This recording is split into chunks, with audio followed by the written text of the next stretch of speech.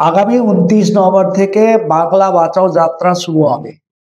আর রাজ্যের প্রেক্ষাপটে জনজীবনে সমস্যা এবং শ্রমজীবী মানুষের এবং সাধারণ মানুষের ১৫ দফা দাবি নিয়ে বাংলা বাঁচাও যাত্রাটা শুরু হবে।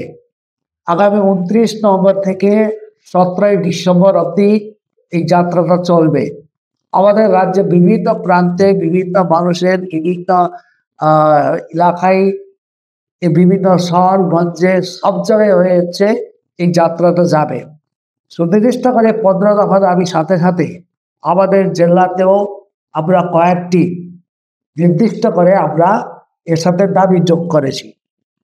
আমরা এই দাবিকে সামনে রেখে ১৫ দফা দাবি এবং আমাদের জেলার দাবি সামনে রেখে আমাদের জেলাতেও আমরা জেলার জমায়েতে ডাক দিচ্ছে ৩০ তারিখে। ২৯ তারিখ তুফানগঞ্জ থেকে শুরু হয়ে এই যাত্রাটা বাংলা বাঁচাও যাত্রাটা ৩০ তারিখ সন্ধ্যাবেলা আমাদের জেলাতে ঢুকবে। এই জেলাতে যখন ঢুকবে আমাদের সমাবেশ কল দেওয়ার সাথে পাশাপাশি আমাদের তার প্রস্তুতিটা শুরু হয়ে গেছে ইতিমধ্যে। বিভিন্ন এলাকায় বিভিন্ন অঞ্চলে চা বাগান সাধারণ মানুষের কাছে আমরা প্রচারে নিবিড়ভাবে আমরা নেমেছি। মূলত এই দাবির মধ্যে এই সময়কালে আমাদের পাশে যে চা বাগানের শ্রমিকদের জমিনের অধিকার একটা প্রধানত দাবি হিসাবে উঠে আসে।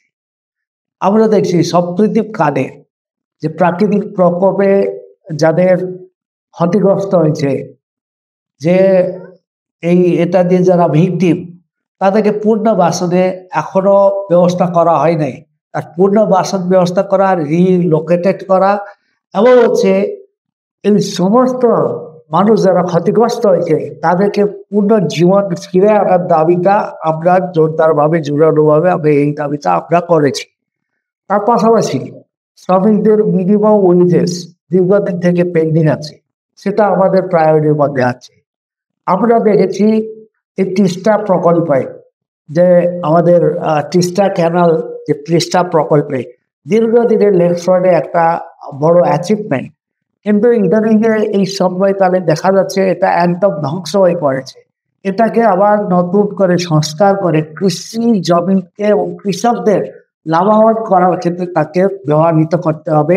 আমাদের এই দাবি পাশাপাশি আমরা তুলেছি। আইন শৃঙ্খলা এবং হচ্ছে দুর্নীতি যেহেতু আমাদের এই প্রধান এর মধ্যে আছে, তার পাশাপাশি আমাদের জেলার একটা মেরুকরণের রাজনীতি চলছে। পাহাড়ের দীর্ঘদিন থেকে বিজেপি সাধারণ মানুষকে সে বিভিন্নভাবে আশ্বাসন এবং বিভিন্নভাবে মানে মানুষকে বিভ্রান্তি করার চেষ্টা করে, বিভিন্নভাবে মানুষকে আশ্বস্ত করে এবং হচ্ছে এই আশায় হচ্ছে প্রত্যেকবার তারা ভোটে রাজনীতি করে ভোটে জিতে যায়। কিন্তু আজও দার্জিলিংয়ে প্রকৃত অর্থে দার্জিলিংয়ের মানুষের দীর্ঘদিন যে স্বায়ত্ত শাসনের দাবি কিংবা একটা সুশাসন করার দাবি এখনো পূরণ হয় নাই। সেটা আমরা যেটা মনে করেছি দার্জিলিংয়ের ষষ্ঠ তপশিল দিয়ে উচ্চ ক্ষমতাশীল একটা স্বশাসন ব্যবস্থা করতে হবে। এই দাবিটা হচ্ছে আমরা এই যে আমাদের বাংলা বাঁচাও যাত্রার সাথে পাহাড় বাঁচাও থেকে আমরা জুড়ে দিয়েছি।